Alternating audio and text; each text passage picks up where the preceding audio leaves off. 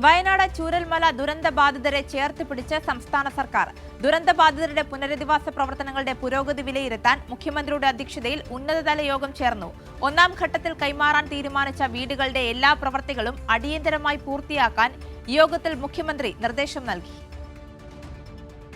വയനാട് ചൂരൽമല പുനരധിവാസവുമായി ബന്ധപ്പെട്ടാണ് മുഖ്യമന്ത്രി പിണറായി വിജയന്റെ നേതൃത്വത്തിൽ ഇന്ന് ഉന്നതതല യോഗം ചേർന്നത്.